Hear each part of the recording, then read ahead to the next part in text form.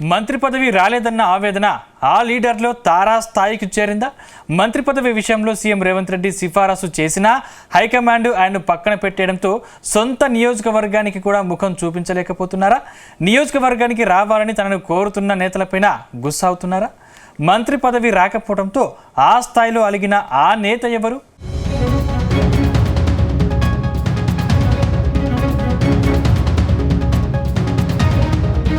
తెలంగాణలో మంత్రి పదవుల పంచాయతీ ఇప్పట్లో సద్దుమణిగేలా లేదు. మంత్రి పదవులు దక్కకపోవడంతో రెడ్డి సామాజిక వర్గం నేతలు తీవ్ర అసంతృప్తిలో ఉన్నారు. ఈసారి కేబినెట్ విస్తరణలో 3 నేతలు కూడా ముదిరాజ్, మాలా, మాదిగ నేతలే ఉన్నారు.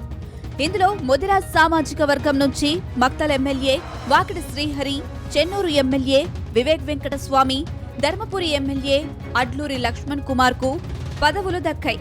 మొత్తం 4 పోస్టులు భర్తీ చేస్తారని, ఇందులో రెడ్డి సామాజిక వర్గం నుంచి ఓ నేతకు అవకాశం కల్పిస్తారని ఢిల్లీలో జోరుగా ప్రచారం జరిగింది. ఇక మంత్రి పదవి దక్కించుకునే వారిలో బోధాన్ ఎమ్మెల్యే సుదర్శన్ రెడ్డి ముందు వరుసలో ఉన్నారని టాక్ వినిపించింది. కానీ ఆయన పేరు చివరి నిమిషంలో ఆగడం వెనక పెద్ద చర్చ జరిగినట్టు తెలుస్తోంది.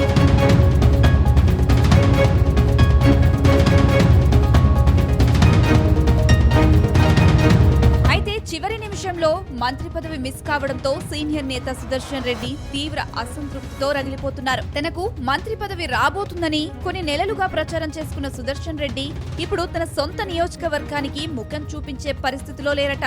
కొద్ది రోజులుగా బోధాన్ కు ఎమ్మెల్యే రాకపోవడంతో కొందరు నేతలు ఆయన్ను హైదరాబాద్ వచ్చి కలిసినట్టు తెలిసిందే. ఈ సమయంలో వారితో తన ఆవేదన పంచుకున్న సుదర్శన్ రెడ్డి తాను ఇప్పట్లో బోధాన్ కు వచ్చే పరిస్థితి లేదని వారితో చెప్పినట్టు సమాచారం. అంతేకాదు కొందరు నేతలు మంత్రి పదవి గురించి తర్వాత ఆలోచిద్దాం, ఓసారి నియోజకవర్గానికి రావాలని కోరితే వారిపై కస్సుబుస్సులాడినట్టు తెలుస్తుంది.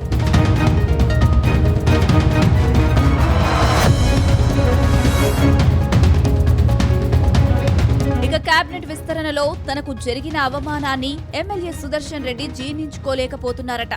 అంతేకాదు తన ఎమ్మెల్యే పదవికి రాజీనామా చేసేందుకు రెడీ అయ్యారని అంటున్నారు. తనకు మంత్రి పదవి విషయంలో సీఎం రేవంత్ రెడ్డి చెప్పినా అధిష్టానం పట్టించుకోకపోవడాన్ని రాజీనామానే చివరి అస్త్రంగా భావిస్తున్నారట. ఇటీవల తనను బుజ్జగించేందుకు వచ్చిన రాష్ట్ర పార్టీ వ్యవహారాల ఇన్ఛార్జ్ మీనాక్షి నటరాజన్తోనూ ఇదే విషయాన్ని చెప్పినట్టు సమాచారం. ప్రస్తుతం ఆయనకు మద్దతుగా బాల్కొండలో ఆయన అనుచరులు, కాంగ్రెస్ కార్యకర్తలు పార్టీ పదవులకు రాజీనామాలు చేస్తున్నారు.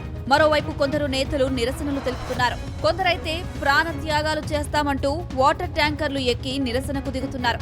కానీ ప్రస్తుతం సుదర్శన్ రెడ్డికి మంత్రి పదవి ఇచ్చే పరిస్థితి లేదని చెబుతున్నారు. ఒకవేళ సుదర్శన్ రెడ్డి రాజీనామా చేస్తే బోధాన్లో ఉప ఎన్నిక తప్పదనే టాక్ వినిపిస్తుంది.